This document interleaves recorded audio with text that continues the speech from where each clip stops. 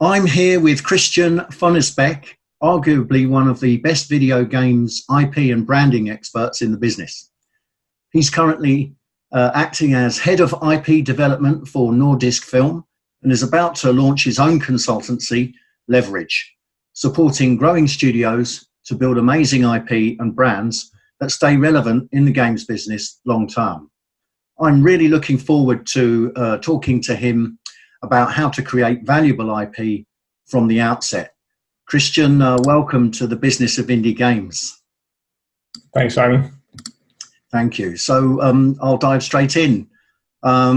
First of all, you're Danish, but you were brought up in England. Can you tell us a bit about that? Yeah, well, I was born in Denmark, and when I was 7, my parents decided to move to England, and I decided to move with them.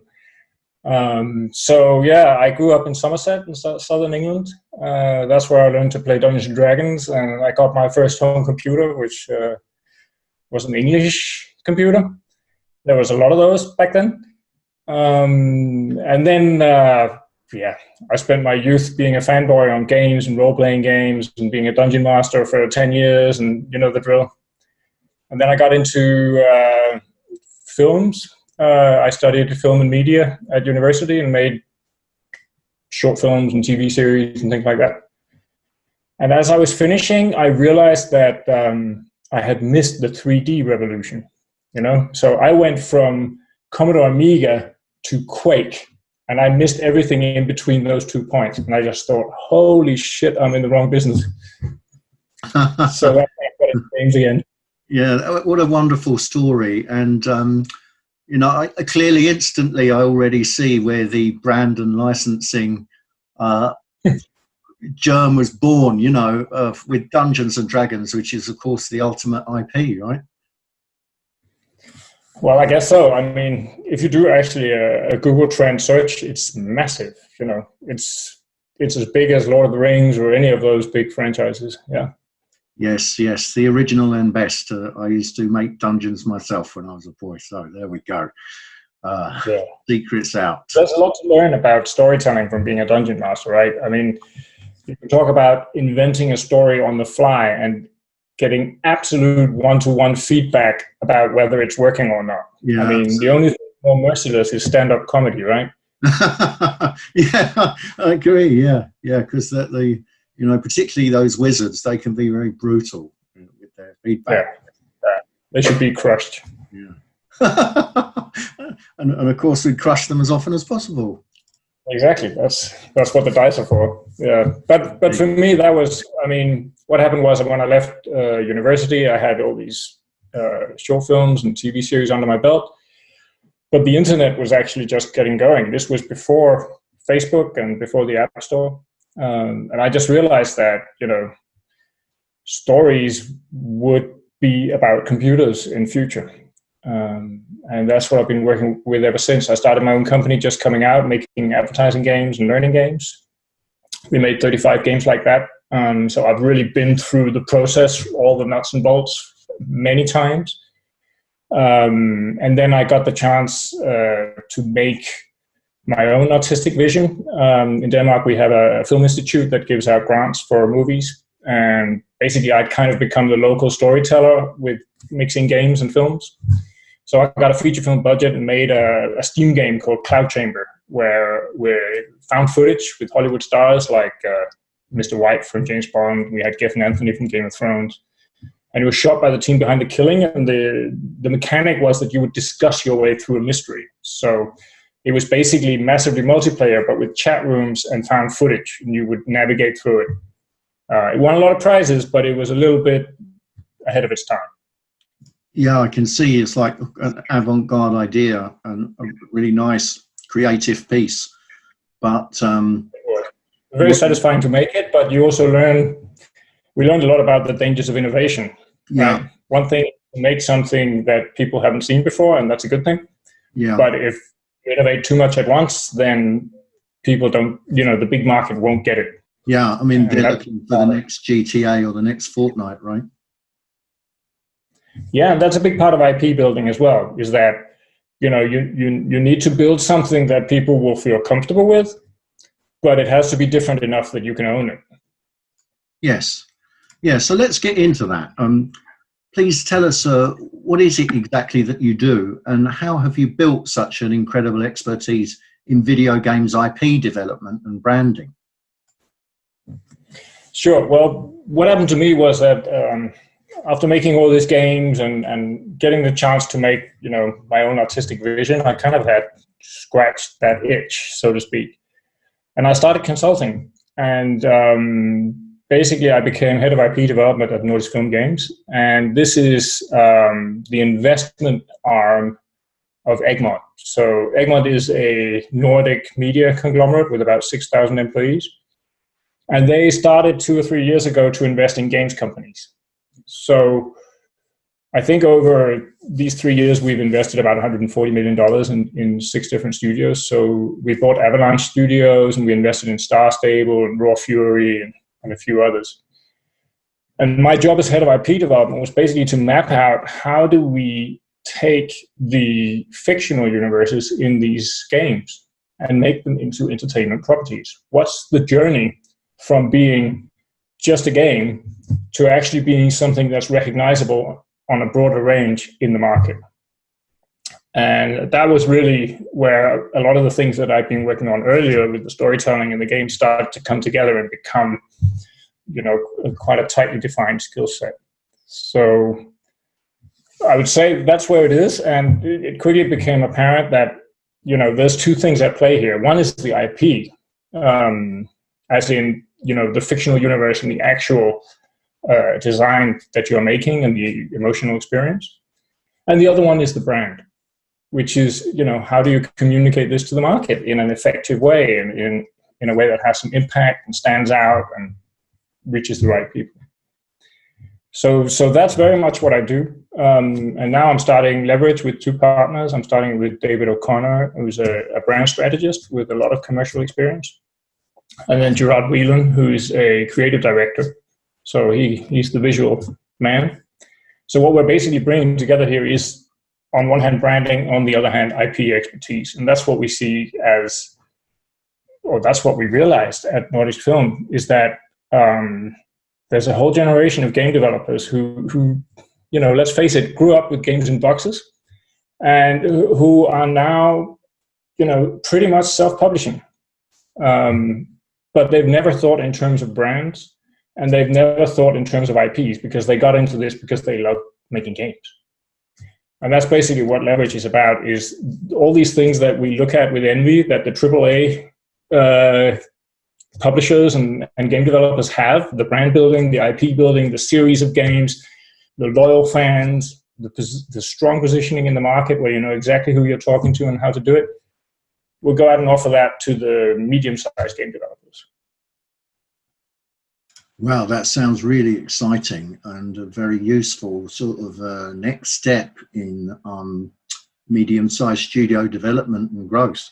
I think you've got a really valuable service there, and it's sort of backed up with all those years of experience in what you've been doing. How fabulous! If we take a step back, is there like a step-by-step process that developers can take, even before they focus on the IP, like market research, for example? How does it all fit together? Well, I think we need to clear up some confusion first, because what is an IP? What is a brand? Where do they even divide between them? So I think the important thing to understand is that human beings really prefer things that they already have an emotional relationship with. I'm going to repeat that sentence. Human beings prefer things they already have an emotional relationship with. If you look at a crowd, you're going to be immediately attracted to your friends. The people you single them out immediately. And it's the same when you look at the games market. There's thousands of games out there. You're going to zero in on the stuff you know. And that's why all the top-selling games are sequels. Basically, they're part of existing brands. And what the AAA companies have become so good at is that they know how to create and leverage an emotional connection. So the key art, the logo, but also what's in the actual game, the recognizable characters and so on. You're buying an emotional experience, and you're basically buying it again. And that's why U2's been making the same record for 20 years, right? It's because you want the same emotional experience. You want it different, you want it fresh, but you want that again.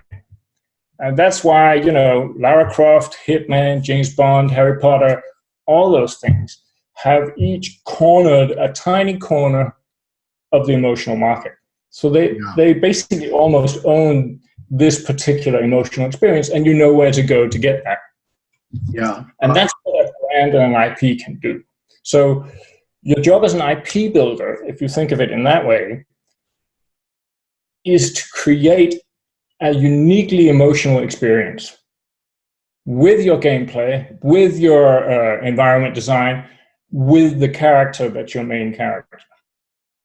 Your job as a brand builder is to communicate that relationship, that emotional experience to the market in a way that's impactful, that stands out, and that appeals to exactly the people you want to appeal to.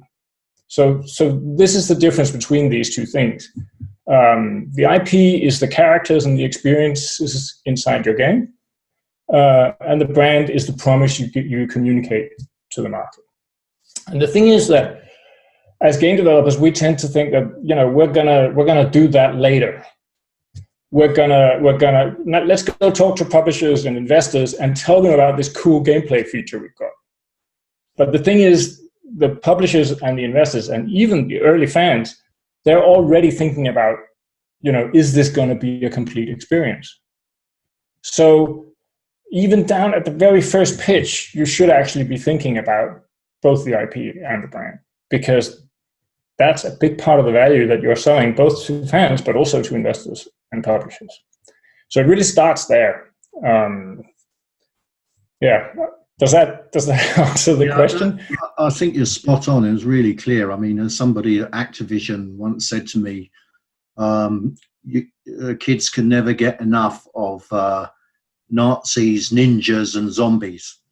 And it sort of reinforces what you're saying about people want to sort of go with what they know, and they're kind of looking for the next experience within that brand. Yeah, thank you. Yeah, if you see something like Harry Potter, where, you know, I think Harry Potter is absolute genius. And of course, that's a new IP. Well, not anymore, but to somebody my age, that's still a new IP. And what's the emotional journey in there? Well, it's really about bullying, isn't it? It's really about Harry coming to this school at the start of every book and then being bullied, and then, of course, solving the mystery. And as you go through 7 books, the bully gets bigger and bigger until in the end he's almost the master of the universe. But it's still that same story you're buying every time. And if you think about the difference here between the IP and the brand, it's that the first book was probably pure IP. You didn't even know what he looked like, you know, but there was an emotional experience, and it was unique. Once the movies and the book covers started getting established, we started seeing Harry with the round glasses and the way he dressed and the way Quidditch looked and so on. And it started to become something you could communicate with a single image. You started, and you had a logo and all these things. So it became a brand at that point. Yeah, I think, you know, it's the same if you look at Hitman or Lara Croft or Zelda, whatever. You start off with an IP, and you build the brand around it. And where do you think is a good place for developers to start? Right. Well, if we go that way, then first I would say get the basics under control. So for one thing, there does need to be an artistic intent. You know, we're talking about something very commercial here, and we quickly get to talk about brand strategy and audience segmentation and so on. But if you don't have a strong artistic intent, none of that matters. You know, there's a reason why, you know, somebody like King has struggled to make an IP out of Candy Crush. Because yes, it's a brand, but there's really no deep emotional experience there, right? It's Tetris with candy, basically. So you do need to have artistic intent. The things that we're told in indie game school or indie news sites or whatever is true. The real original impulse has to come from the heart. And if you look at Harry Potter or whatever, Hitman even, there really is a unique emotional message in there. So that's the first thing. You do need to have that. And because that's the red thread for everything, both for making your game, but also for thinking in terms of IP and brand and so on. The next thing I would say is that the balance between business and creativity, you need to get that sorted. We see too many, from the investor side, I think we see too many game crews that are either all art or all business. And yes, you can survive on both, but it doesn't bring you to the point where you will have an IP that's lasting. If the art side is too much in control, then for obvious reasons, all the people often wait too long with the business development, and then you get to the point where it's too late. And a lot of those end up being like vinyl records. You can play them once for a short time, and that's it. And you just spent 4 years of your life on something, and it just disappears too quickly. So and if it's pure business, then you can make money. But if you're looking for what I'm looking for, which is sort of a rounded experience, which has both the emotion and the business and everything, then that's going to be missing. And that leads to the first step, I would say, which is basically make sure you have a long-term goal. Make sure you have a strategy to get to that goal, and make sure you have a plan. It doesn't matter how small your company is, you need to know what you want. Artistic exploration is great, and it's important, but you can't artistically explore your way to a sustainable business. You just can't. You're gonna have 4 years of sleepless nights, and then you're gonna give up. If somebody tells me, hey, yes, but Lucas Pope, it worked for him, then I have to say, you can't reverse engineer Lucas Pope. He's a genius. He got lucky. Maybe there are other factors in play as well. I don't know. But hoping to do the same thing, that's just hope, and the chances are it won't work. There's this thing called the law of silent witnesses, which is basically that if somebody survives a shipwreck and they come to you and they say, I survived because I prayed to God, you have to ask how many of the people who drowned also prayed to God, because they're not around to ask. And that's, we all know that from the games press, right? We only hear the really, really successful stories. So please don't bring up that one genius who made it through without caring. He may not have told you that he had a rich uncle who saved him when the going got tough, or he may just have been lucky, or maybe he just is that singular 1 in a million genius, but you're not, probably. So having a long-term goal for your company, for your game, and having a strategy to get there and revising it and planning, that's where it all starts. So have the artistic intent and then have that long-term strategy. And then once you have that, if the IP is part of that and your goal is to build an IP, then number one, make sure there's something you can own. If you're making a game about generic medieval knights or triangles and squares, it's not an IP. There's nothing to own. And having something to own really starts with an interesting character. All the big IPs are character-based. So Harry Potter again, Lara Croft, Hitman, James Bond, Super Mario, Sonic, it's always a character. Your spaceship is not an IP. I'm sorry. It just isn't. It's cool, I know, but people don't relate emotionally to a spaceship. At least the mainstream audience does not. So, yeah. So when you say, where do we start? I would say, have something you want to say, an artistic intent. Have somewhere you want to go. have a long-term goal and a strategy to get there.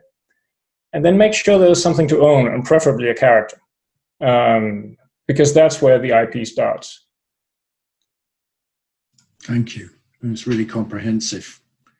What problems do you find that the developers have along the way?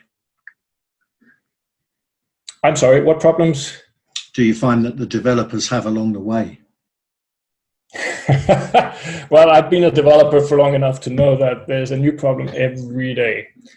Yeah, so I guess one of the problems, having been on the investor side for 3 years now and the consultant side as well, I think one of the starting problems we see a lot is that people make things that can't be tested before they're finished. And that's a huge problem. It worked well back in the days when games were sold in boxes, because the money, it was so expensive to get all these CDs out to the shops that, you know, you just built it and it had to be perfect and then you shipped it. And people couldn't test it anyway because there was no internet. So that mentality has stuck around a little bit, even though the market doesn't work like that anymore. And we see it a lot with indies, that because the artistic intent is so strong, they don't want to show it before every corner has been polished and rounded, and there's nothing wrong with it. The problem with that is that when you do it, you really don't know if anybody's going to want to play it or not. And a lot of game concepts are at their foundation made so you can't really test it until it's finished. And that's a huge mistake. You need to make something that can be tested all the way through the development process. And it doesn't, to me, it doesn't matter if it's a work of art or if it's pure commerce. You still need to do that. So that's probably number one, the big one that we're seeing in the indie sector. The second one is maybe what should we be aiming for during that testing? You know, what's the goal here? And I think there's one thing. I have a whole presentation called Red Flags for Investors, which is basically all the things that make us run away screaming, right? But there's one green flag. And the one green flag is that if you have something that keeps people's attention and spreads itself, then all the other red flags go away. Right? It's a remarkably simple thing, but we tend to forget it. If you make something and you can test it along the way and you can just show investors or whoever, publishers, look, every time we show it to people, they keep playing it and they invite their friends in. That's all you need. You know, people say there's not enough investors out there. If you can do that, you don't even need to get game investors, because what you have is a business. You have something that clients want. So that's really a big thing, is not to ignore that. We're making something that should keep people's attention and spread itself. As a funder and as a consultant, have you set up a framework or a process where you can quickly get to test that theory or that experience, whether people like it or not? No, I actually very much see that as the game developer's responsibility. Game developers today on the internet, which is made of connected computers, right, need to understand that relationship with their clients. If you have a game, I mean, from my experience as an investor, we never invested in single shot games. You know, it's always been some kind of platform shape where people could keep coming back and they could play with other people and so on. We do see that that's where the market's going. It doesn't mean that you can't do a single shot premium game. It's just a different thing. But the game developer needs to prove that the game does those things on their own. If they can't do that, then I would say they basically don't understand their own audience, and they don't understand the demands that being on the market is going to put on them. So the process is really, bring us the numbers and we'll do the due diligence on the numbers. We'll check that they're true, but we're not going to do it for you, because you have to understand how to build an audience. Otherwise, that's another thing that that's a mistake that people make, is that They think that the publisher will, how should I put it, save them? The publisher will take a game from 0 success to 100% success. And that's not true. What the publisher and even the investor will do is they'll take something that's a 10% success, and then they'll make it into a 90% success or 100%. Nobody's going to pour money into a hole where the money just disappears, you know? So you have to prove that this thing is already working and it can earn money, or at least it can grow an audience. And then the investor or publisher or whoever will start investing in making it really big. So that's, yeah, I think that's another mistake that we see a lot. And do you ever invest in a developer to be able to get to that first stage where they can prove the numbers? We have. We did when I was at Nordic Film Games. But I'm not sure that I would say that it was a positive experience. I think, you know, it's a little bit like saying, we're going to open a shop, but we want somebody else to take care of the customers. And that's 50% of having a shop. You know, you're not opening a shop, you're opening a storeroom. Because if you're asking somebody else to take your wares and sell them completely, that's tough. So strictly speaking, as an independent consultant, I would say, you know, you have to be in touch with your audience. That's important. Mm. The thing is, again, so the other side of the coin there is that, you know, you know, if I can open a shop and take care of the customers, what do I need the investor for? So there's a ground where, you know, there's that artistic integrity should be funded, you know.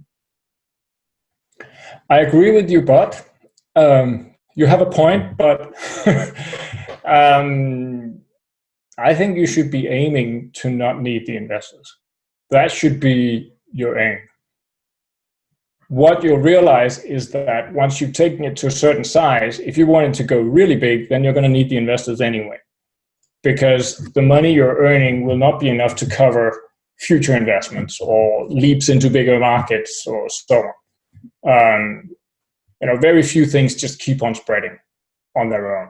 Flappy Bird, yes, but again, that's an exception. It's an outlier.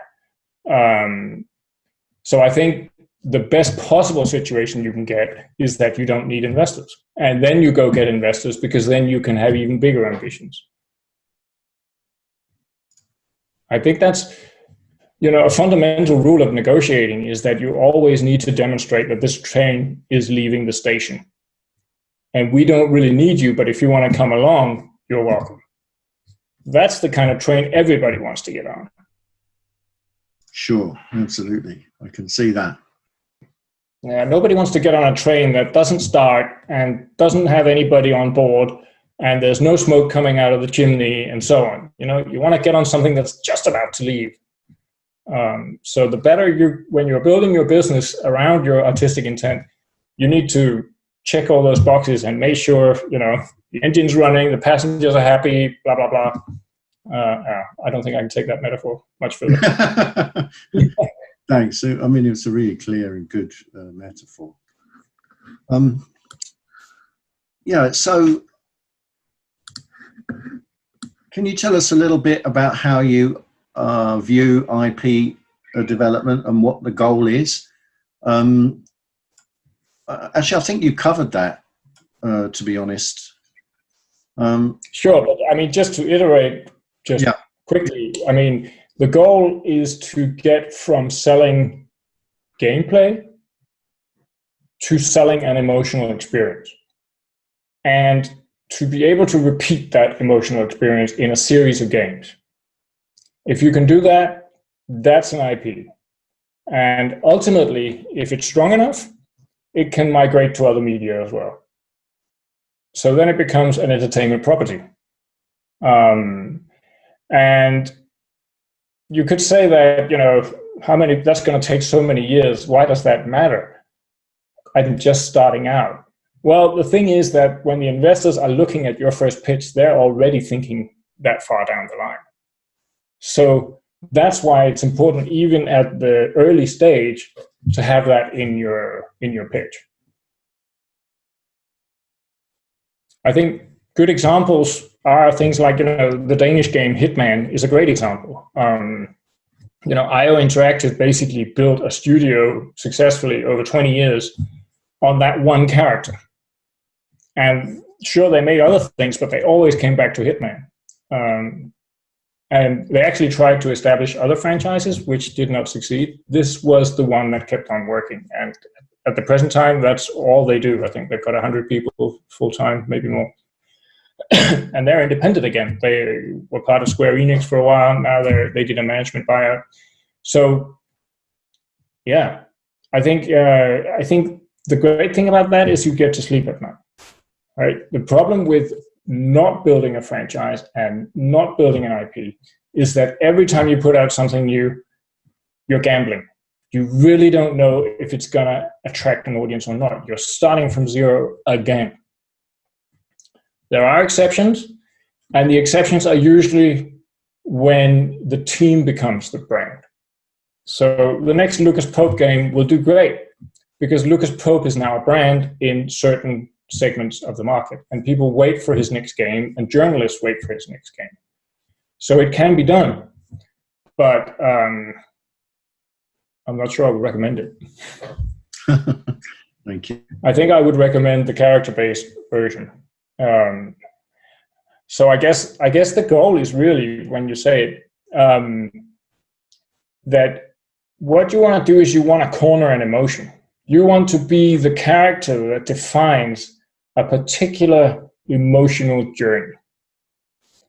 And if you think about it, Lara Croft is always about looking for dad in the ruins, right? This is the emotion that's embedded in every game or film or whatever. Hitman is always about, Agent 47 struggling to complete his mission, but also struggling with the organization that controls him and his own identity, right? It's that story every time. So they kind of own this emotional journey. If you want to make a Hitman game today, you'd better place it pretty far away from that Hitman story, because otherwise the big question is going to be, why would I leave what I'm already enjoying to risk my money on you? So that's what these successful IPs and brands do, is that they basically own a little slice of the market. And that's valuable. I don't know this, but my guess would be that when IO Interactive sold the company to Square Enix, I would be surprised if the team and the technology was more than half the value. I would think that the Hitman IP was at least half the value. And that's something, the beginning game developer doesn't really think about. It's that this is where the value is. People have spent hundreds of hours with this character. When they look into the Steam store or into their local Epic Game Store or whatever, that Hitman, that's the guy I recognize. I spent so many enjoyable hours with him, maybe I'll do that again. And your new game, which doesn't trigger any emotional recollection, has to fight that. And that's an unfair advantage. That's great. That's so well explained. I really appreciate that. You talked a lot about your work starting with understanding team dynamics and workshopping with teams to step out of their designer bubble. How do you think game developers have tunnel vision with their games, and what do you do to combat that? That's a really good question. I think this is not just game developers. I would be surprised if it wasn't like this in every sector. And the problem is that people get tunnel vision. You're absolutely right. I think the problem is that we get too close to the trees to see the forest, right? We spend so much time crafting this game and loving it and all these things that we become enormously invested in exactly how we see it. And the problem is when you put it on the market, all these other people don't see it like you see it. They haven't spent thousands of hours, designing the spaceships and making the shadows fall right and all those things. They don't have that relationship. and you're giving them 1 to 2 seconds to look at a picture and decide whether they want to click for more information. So the tunnel vision is just something we see everywhere. And one of the things we realized when we started to help teams to build brands, for example, is that what will happen is the management in the game company, they want to do it. You know, we want to build a brand. We want a bigger audience. We've got this hardcore audience for episode 1. Now we want to go mainstream.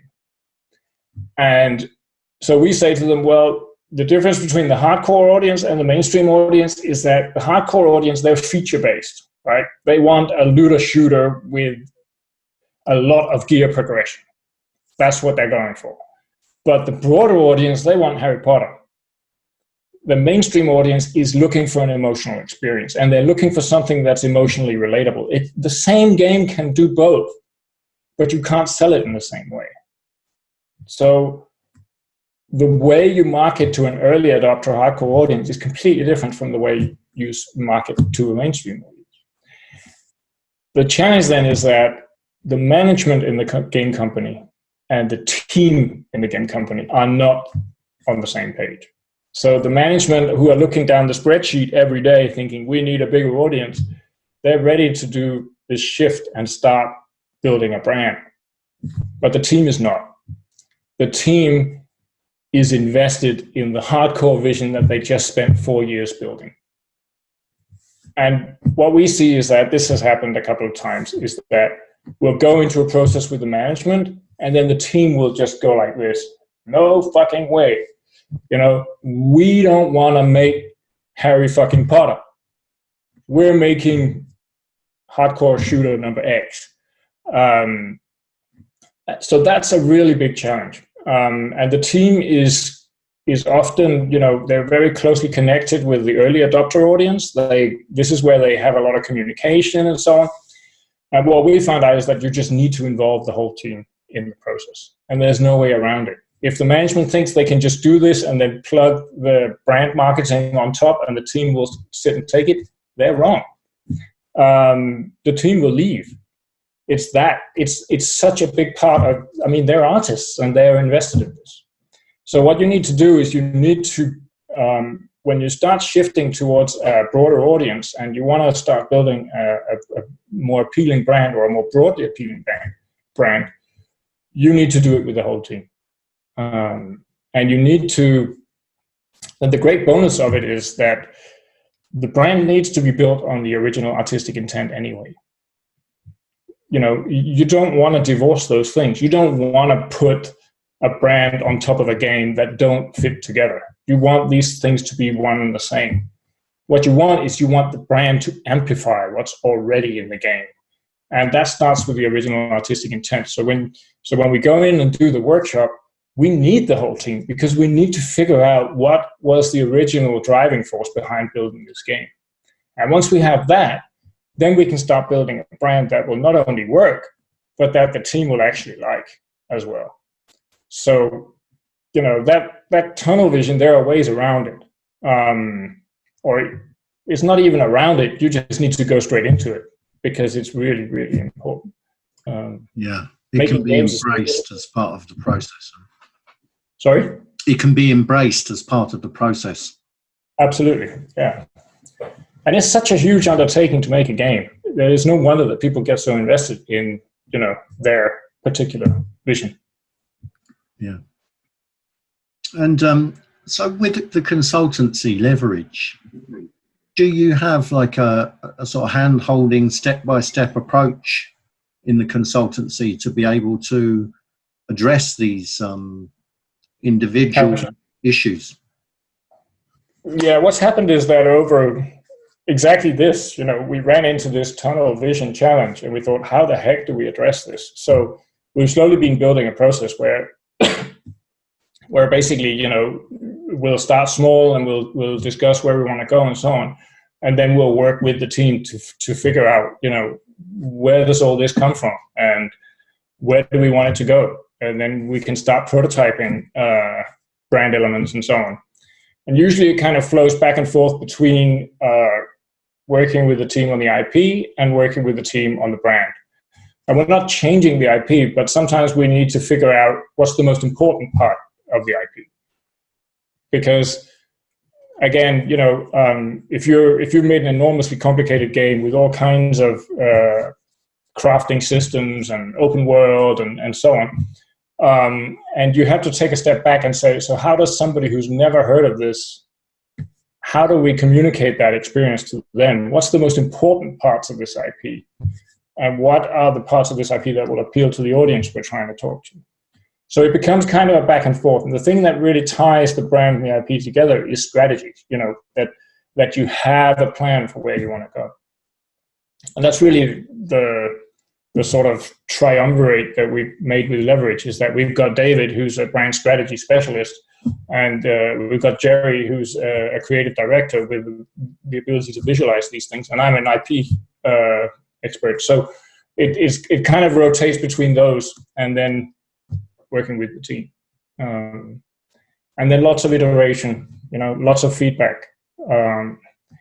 I think there's been a tendency to look at branding assets as something that's finished the first time you see them, which is completely wrong. It should be prototyped and tested just as you would prototype and test your game. And that's also a great thing, because it takes a little of the fear out of the process, right? The team is often worried that the brand visualization will go against what they think the game is. So it becomes like, oh, we don't want to go in there. But if you're only talking prototypes and it's going to change along the way, then it becomes less of a dangerous thing. So yes, that's that's how we look at hand holding. But I'm not sure if we're holding the team's hand or if the team's holding our hand. That's open for discussion. And is it a flexible relationship in terms of terms? Do you meet monthly, or do you become part of the team, or is it more hands-off than that? Sounds like it's pretty hands-on. I would say it's very much like a consultancy, because we have no power in the company. We're not coming in to change things. What we're coming in to do is to find the things that are already there and work out which things to amplify. So if you're making a key visual, we made a key visual for Heroes and Generals, which was a very complicated game. It was, it had a strategic layer, and it has a grunt shooter layer, and it had an enormously complicated map, and the wars lasted for weeks, and it was massively multiplayer, and there was 3 factions. How do we distill all this into one visual? And in the end, these are the things I'm mentioning because these are the things we decided were the most important. So we ended up with 3 characters and with a massive battlefield and with some certain emotional elements and so on. And it works really well, but that comes at the end of the process when you suddenly know, these are the most important things. Because one thing is what's most important to the team, another thing is what's most important to the audience, another thing is, and so on. So it's more like a sparring thing. And then showing prototypes and trying them and then testing them on the audience and then back to the drawing board. The audience will surprise you. Yes, of course. And how do you build that audience? How do you find that audience? What's the best way you've discovered? Well, actually, we let others do that. So our job is mainly to create these brand visuals, and then companies that are specialists in marketing and marketing research will test them. I think it's actually quite important that we don't test them, because then it becomes biased. A typical example is that, we'll make 3 different directions for the key visual, and then we and the team will agree that this is the good one, but the audience doesn't. They like the other one, right? And you can see it easily on the clicks and so on. And again, there's this thing about being too close to a tree to see the forest. You want somebody who doesn't care to do that testing, because otherwise it's not real. Do you outsource those tests to testing companies? Yeah. That's what we do. Or the game developer themselves have a partner who does it, or the publisher could have it. Of course, yeah, understood. And are you still involved in funding the games, or are you now working solely on advising on IP and branding? I still have clients who are investors, but mainly I'm working with the IP and brand elements. I have to say that's the part I find the most enjoyable. The red line through my career has always been technology and storytelling. It's always been, as I see it, the way we tell stories has changed every few years for centuries now, but the stories we tell are the same. And I find that fascinating. To me, the idea that human emotions can be given a form that people can play their way through is fascinating. That's what the IP is all about. What are the basic emotions that we're engaging with here, in which order? And that's what the brand building is about, is how can we distill that down into something that people will react to. Yeah, I do both, but that's definitely where my heart is. Understood. If developers are looking for financing now, can they come to you, or should they? No, they shouldn't. What happens is that some investors come to me and ask me to evaluate investments, but no, I'm not financing, and that's not what I do. Great. But if they're looking for advice on their IP, or if they're looking for advice on their brand building, then they should come to me. Understood. Thank you very much. And can I ask, if you had your time again, would you do anything differently? What would you do differently? That's interesting. Yeah, well, I mean, I think I would end up in the same place. I think I really enjoy what I do. But of course, we've all made mistakes. I think with when I got the chance to do my own thing and I had complete control, that part I would have done differently. It was very satisfying to do it. When I made Cloud Chamber, we built exactly the vision I had, with, of course, the limitations we had. But we innovated too much. That was the big lesson I took away from that. It was, if you innovate too much, people just don't get it. And the people who do get it is a small art house audience. And that audience is smaller than you think. Trust me. When we were making it, Dear Esther had sold 1 million units. These were the early days of Steam. And we brought out something that had much better production values and did a lot of new things and so on. And in the meantime, of course, Steam exploded, and suddenly there was hundreds of games every week and so on. So it was a completely different market by the time we came out. But the thing that Dear Esther did so well is that it innovated a little, and then that's what it did. It just did that really well. And we innovated on a lot of things, and that was a mistake because that confuses people. So I think that I would have done differently. I would have done the same thing, but I would have not innovated quite so much.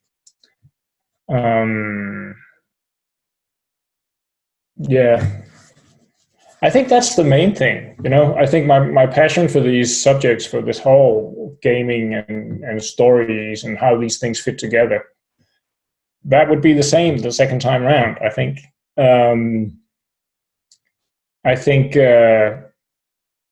What I've come to realize is that what we call the game narrative is really a story.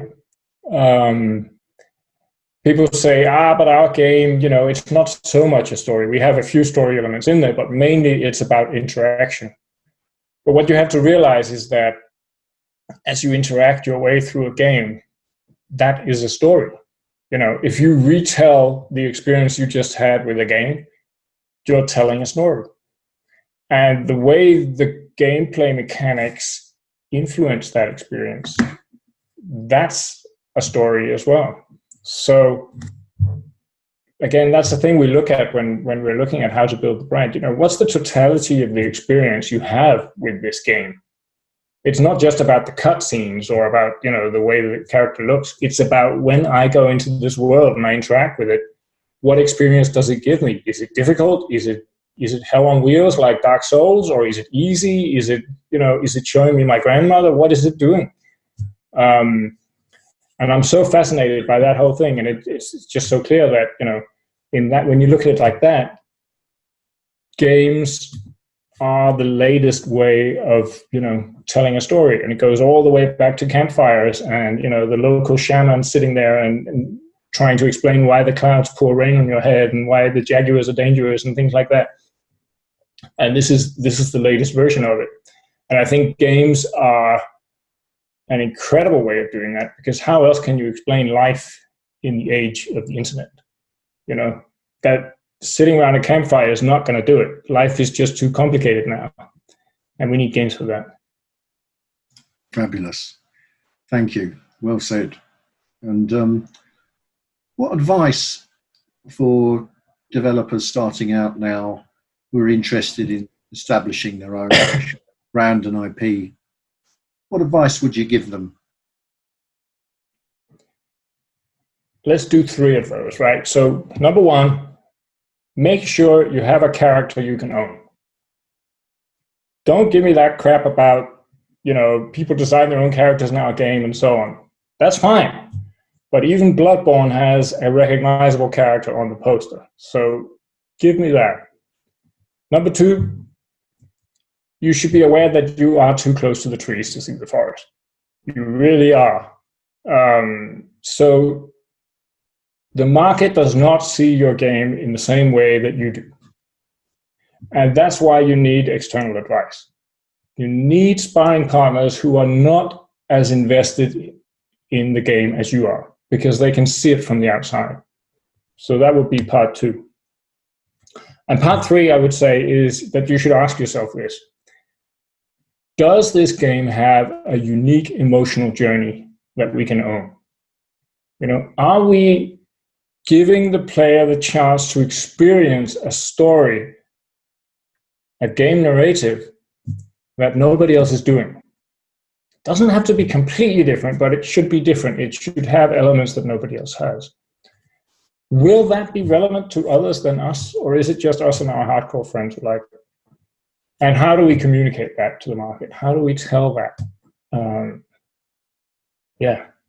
I think that would be my 3 things. Have a character, get external advice, and make sure there's an emotional journey in there that you can own. That is really great. Thank you so much. You just you've summed up Harry Potter in a nutshell there. Yeah, well, I'm a big J.K. Rowling fan. We just toured Europe with the family, listening to Harry Potter in the car. So I'm very into it. Oh, that's great. That's great. Yeah, Tolkien is my thing. Yeah. I never got it. It was when I started reading it, it was too complicated, and I never got back to it. Yeah. I think I first got through it by skipping the songs. So I got the story and I skipped the complicated bits, and then when as I grew up, I went back to it, and then I started to appreciate just how deep it was. Yeah, but it's a stone cold classic. There's no doubt about that. I think you must love it, really, because J.K. Rowling has taken most of his ideas anyway. Right? Yeah, absolutely. I mean, you can't get around it. Dungeons and Dragons, again, has done the same. Right? Of course. Yeah. How can we press stop on the recording? Yeah, I'd just like to say thank you, on the recording. Thank you very much for your time today and for doing this. Our audience are going to get so much value from that.